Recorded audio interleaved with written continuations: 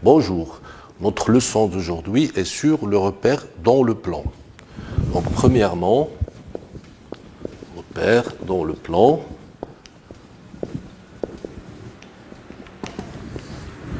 Petite définition. Donc c'est quoi un repère? Un repère est la donnée de 3 points distincts. Donc soit O, I, J, 3 points distincts. Alors ces 3 points forment un repère dans le plan.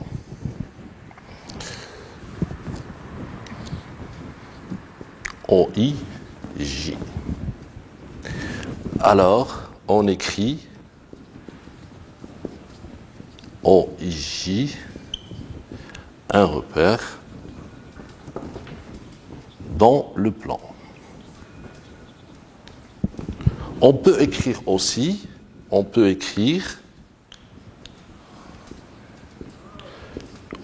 J et I est aussi un repère.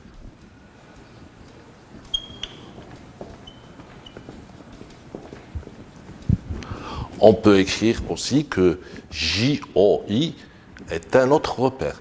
Donc on peut jouer avec l'ordre de ces 3 points. Bon, si on considère le repère OIJ dans cet ordre, alors dans ce cas, OI s'appelle l'axe des abscisses.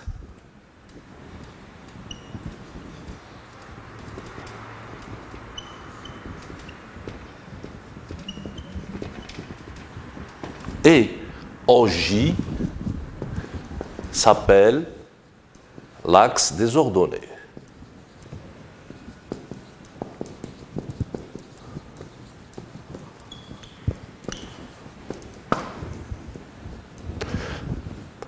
Donc, si on a OI et OJ sont perpendiculaires, on dit que OIJ est un repère orthogonal.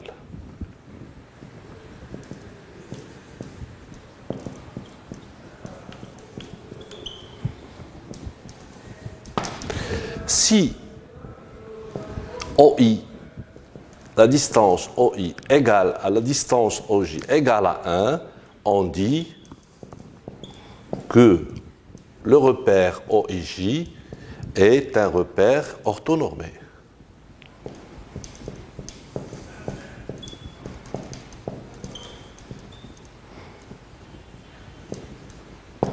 Voilà. Donc, voyons quelques exemples.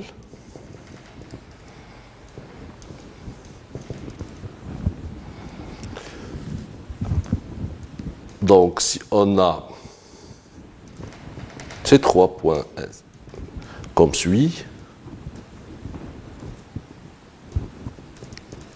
EFG, donc, comme vous voyez, les 3 points sont distincts et la droite EF et la droite EG ne sont pas perpendiculaires, ils sont juste séquentes. On dit dans ce cas que EFG est un repère tout court, un repère du plan.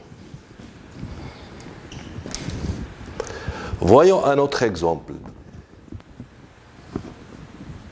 Par exemple, R, S, T. Comme vous voyez, la droite RS et la droite RT sont perpendiculaires. Mais RS et RT sont différentes. Dans ce cas, RST est un repère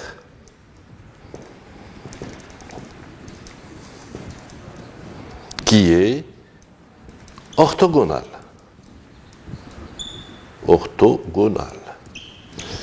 Si on ajoute l'autre condition,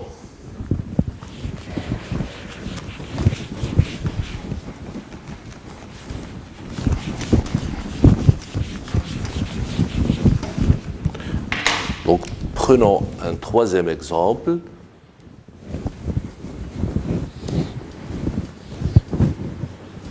Comme vous voyez, les deux droites sont perpendiculaires. On prend par exemple le point U, le point V et le point W, et UV égale à UW égale à 1. UV égale à UW égale à 1.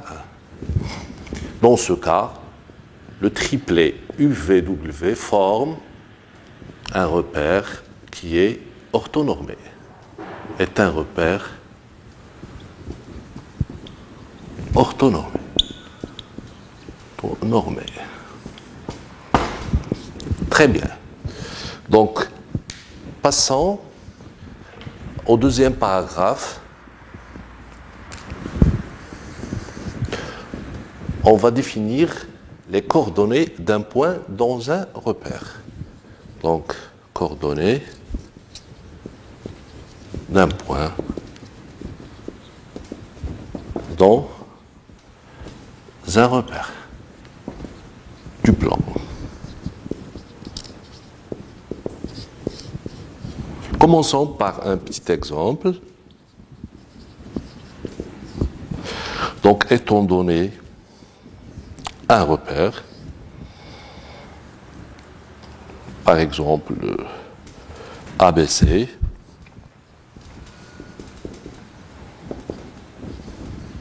prenons un point M du plan, donc faisons la projection orthogonale de M sur AB. Ça va donner un point M'. Et la projection de M sur la droite AC. Ça va donner un point M seconde. Alors, l'abscisse M' de M seconde, l'abscisse, on l'appelle X, soit X, l'abscisse de M' sur AB, et soit Y, l'abscisse de M seconde sur AC. Alors, ce couple-là, X et Y, s'appelle le couple des coordonnées, le couple de coordonnées de M dans le repère A, B, C. Comme vous voyez ici, la valeur de X, c'est 1,5 à peu près. Et la valeur de Y, donc à peu près 4/5. C'est-à-dire la distance A, M seconde par rapport à la distance AC.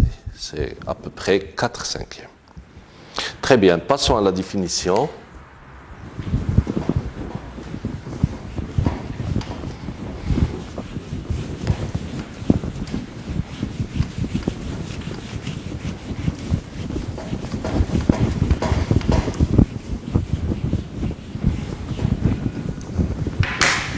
Donc, définition.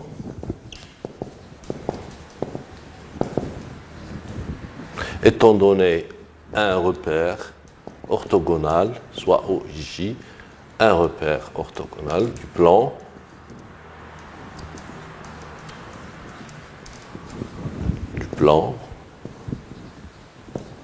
et soit M un point du plan.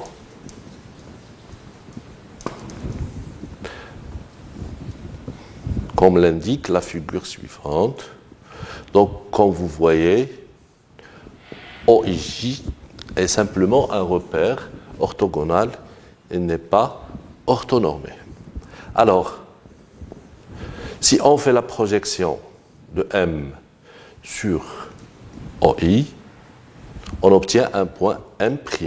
Ici, on fait la même chose, mais sur OJ, on obtient un point M seconde. Alors, soit X, comme que j'ai fait tout à l'heure dans l'exemple, donc soit X, l'abscisse de M sur OI, et soit Y, l'abscisse de M seconde sur OJ. Le couple XY s'appelle le couple de coordonnées de M dans le repère OI.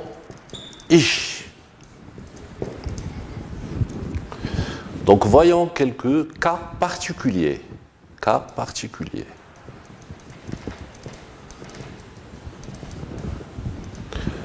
Donc, considérons toujours le même repère, OIJ. Donc, O a pour coordonnées 0, 0. Pourquoi? Parce que la projection de O sur OI, c'est elle-même. Et la projection de O sur OJ, c'est elle-même. Donc, a pour abscisse sur OI 0 et sur OJ 0, donc ce qui donne ce résultat. Si on prend I, alors I, sa projection sur OI, c'est elle-même. Donc l'abscisse de I sur l'axe OI, c'est 1. Et la projection de I sur l'axe OJ, c'est O. Donc la projection, donc O a pour abscisse 0 sur OJ. Donc les coordonnées de I sont 1 et 0. Pour J, la projection de J sur OI, c'est O. Donc l'abscisse de O sur OI, c'est 0. Et la projection de J sur OJ, c'est elle-même. Et l'abscisse de J sur OJ, c'est 1. Très bien. Voilà. Donc, 0 s'appelle l'abscisse de O. 0 s'appelle l'abscisse de O. Abscisse de O. L'autre 0, c'est l'ordonnée de O. Même chose pour 1, c'est l'abscisse de I, et 0, c'est l'ordonnée de I. Pour J, 0, c'est l'abscisse de J, et 1, c'est l'ordonnée de J. En général,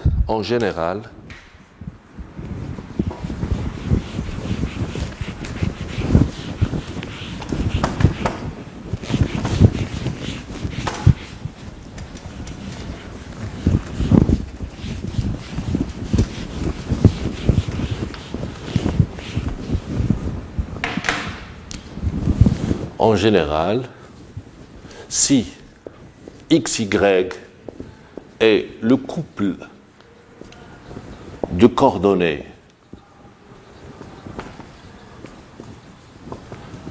de M, alors, bien sûr dans un repère OIJ, alors X s'appelle l'abscisse de M dans ce repère.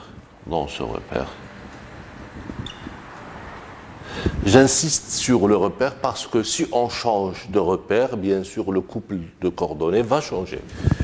Et Y s'appelle l'ordonnée de M, toujours dans ce repère. Très bien. On va passer maintenant à un point important et le milieu d'un segment. Donc, troisièmement, milieu d'un segment, ou bien coordonnées du milieu d'un segment. On va chercher le couple de coordonnées d'un milieu de segment. Coordonnées du milieu d'un segment.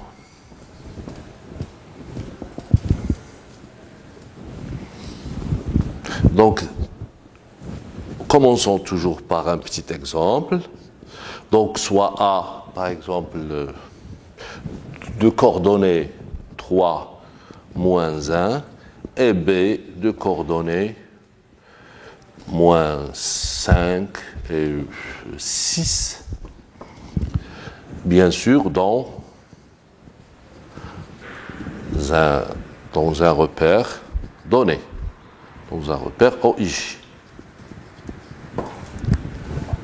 Alors, et soit I, le milieu du segment AB. Alors, I a pour coordonnées 3, moins 5 sur 2 et moins 1 plus 6 sur 2.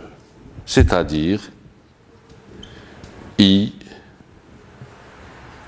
a pour coordonnées moins 1. Si vous calculez ça, c'est moins 2 sur 2, c'est moins 1. Et 5 demi. Donc voilà le couple moins 1, 5 demi et le couple de coordonnées de I. Donc c'est très simple. Vous ajoutez les abscisses et vous divisez par 2. Et même chose pour les ordonnées.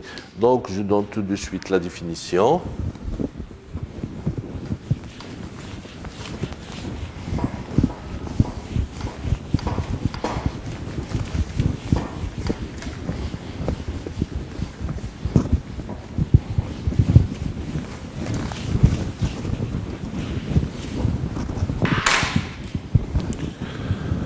Donc, soit deux points A, XA, XYA, donc l'abscisse de A et l'ordonnée de A, et B, XB, YB, donc même chose, l'abscisse de B et l'ordonnée de B dans un repère OIJ.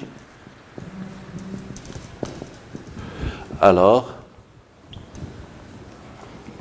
le couple XA plus XB sur 2, YA plus YB sur 2, et le couple de coordonnées du point, on peut l'appeler I par exemple, du point I, milieu du segment AB.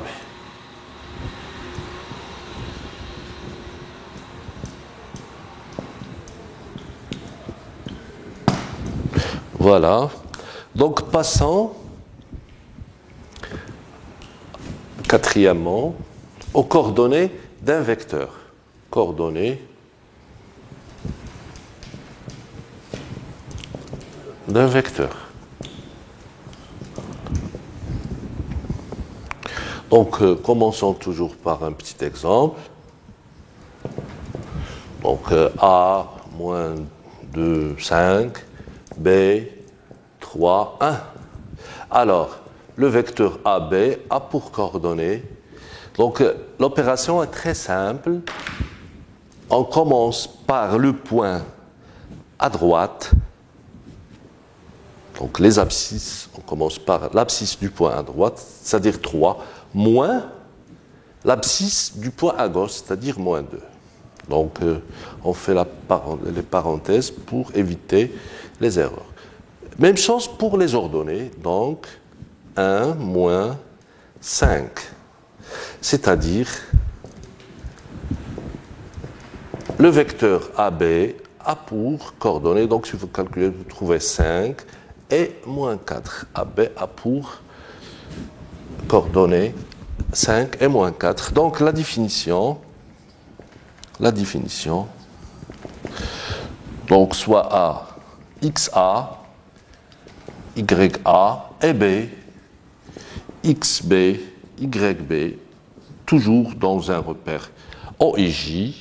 Alors, le vecteur AB a pour coordonnées, donc l'abscisse c'est XB moins XA, et l'ordonnée c'est YB moins YA. Voyons quelques propriétés concernant les coordonnées d'un vecteur.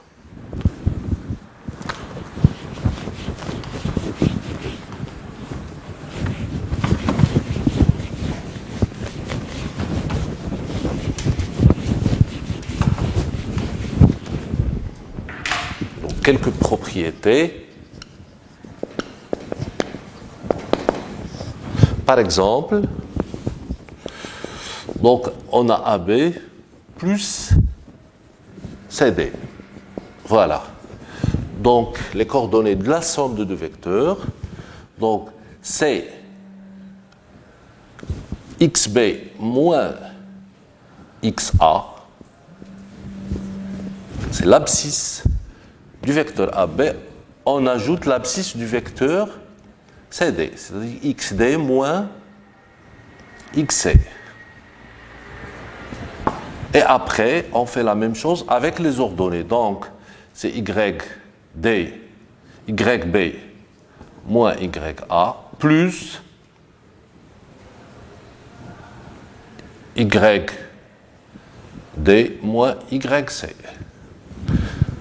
C'est-à-dire les cordes, on ajoute les abscisses et on ajoute ici les ordonnées. Si on multiplie par un nombre, par exemple un nombre K, un réel, si K un réel, alors KAB, qu'est-ce qu'on fait? Donc l'abscisse du vecteur KAB, donc comme vous voyez, à partir de AB, on peut construire d'autres vecteurs. Donc par exemple, KAB est notre vecteur et son abscisse c'est K fois XB moins XA et K YB moins YA.